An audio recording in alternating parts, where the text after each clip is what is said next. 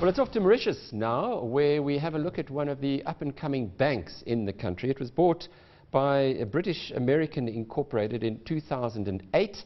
The company has just released its financial results for the year to end December, and there's a huge improvement in the profit to around, well, just under 100 Mauritian rupees. We are joined by Tarun Ghulati, who's the Group President and Chief Executive.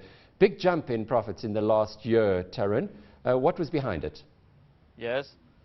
Well, it's part of a plan. We first, as you may be aware, Mauritius has about 21 banks. It's to some extent overcrowded. So we took a deep look at what we were doing right, what the market was doing, reviewed our strategies, and looked at all the P's and said, what could we do to differentiate ourselves in the market?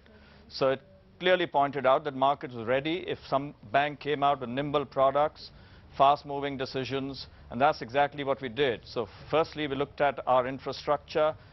We looked at our people, and we said, what should we do? So we hired some top-of-the-line people. We beefed up the team across the patch. And then we said, what should be our key mantra? The key mantra was service, and that's what we're focusing on. When we come face-to-face with our customers, that's the moment of truth. So we've trained our people to deliver service that actually wows our customers.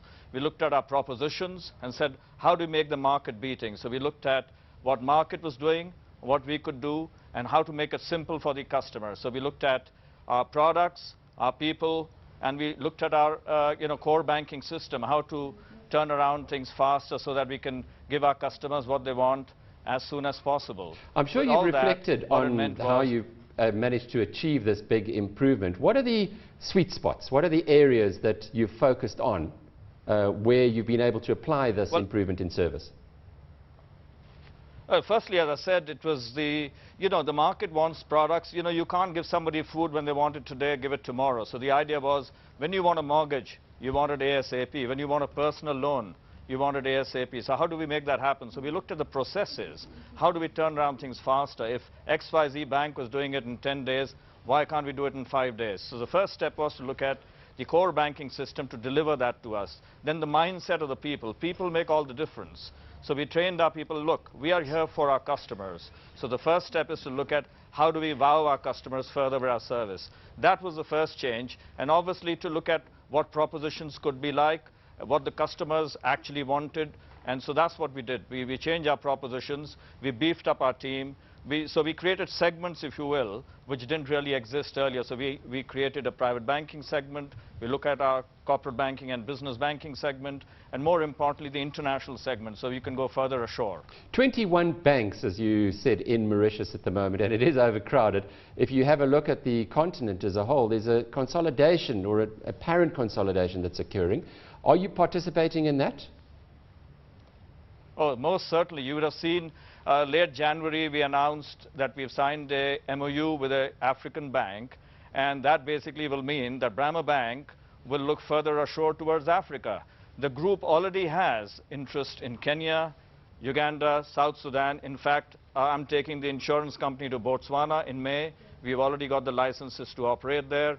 Our asset management business is launching a Africa Emerging Bond Fund. So we are going further ashore, but on the banking side, this particular merger with this African bank will take us further into Africa and from there into other markets. So we believe that Mauritius is a great spot to be in because we've built a solid, robust business here, and now we can take advantage and take it across Africa. How far have the negotiations gone with this African bank, Tarun? Well, the negotiations are ongoing. Obviously, it's a mindset, so there's a matching of minds already. We believe there are synergies there. We believe in the same ethos and culture. So with that sort of a good fit, obviously the next steps are the financial due diligence and the legal due diligence, and steps are being taken to make that happen. And obviously towards the last quarter of this year, we should be able to announce what the market is all waiting for. So watch this space. Is this African bank the South African listed company, ABLE, or an African bank? It is indeed a listed entity, but you would appreciate at this juncture, for the sake of confidentiality, we would like to keep the name under wraps, but very soon we will come out and make further announcements, and you shall, I'll make sure you're the first to know. Oh, good. Well, we look forward to that, Tarun. Is it a South African bank, a Nigerian bank, or Kenyan? Can you tell us at least that much? Well, I'd say it's in sub-Saharan Africa, if that gives you a clue. Not much of a clue, but we look forward to being the first to hear it, as I'm sure do all of our viewers here on CNBC Africa. That was Tarun Ghulati, the Group President and Chief Executive of Bramer Bank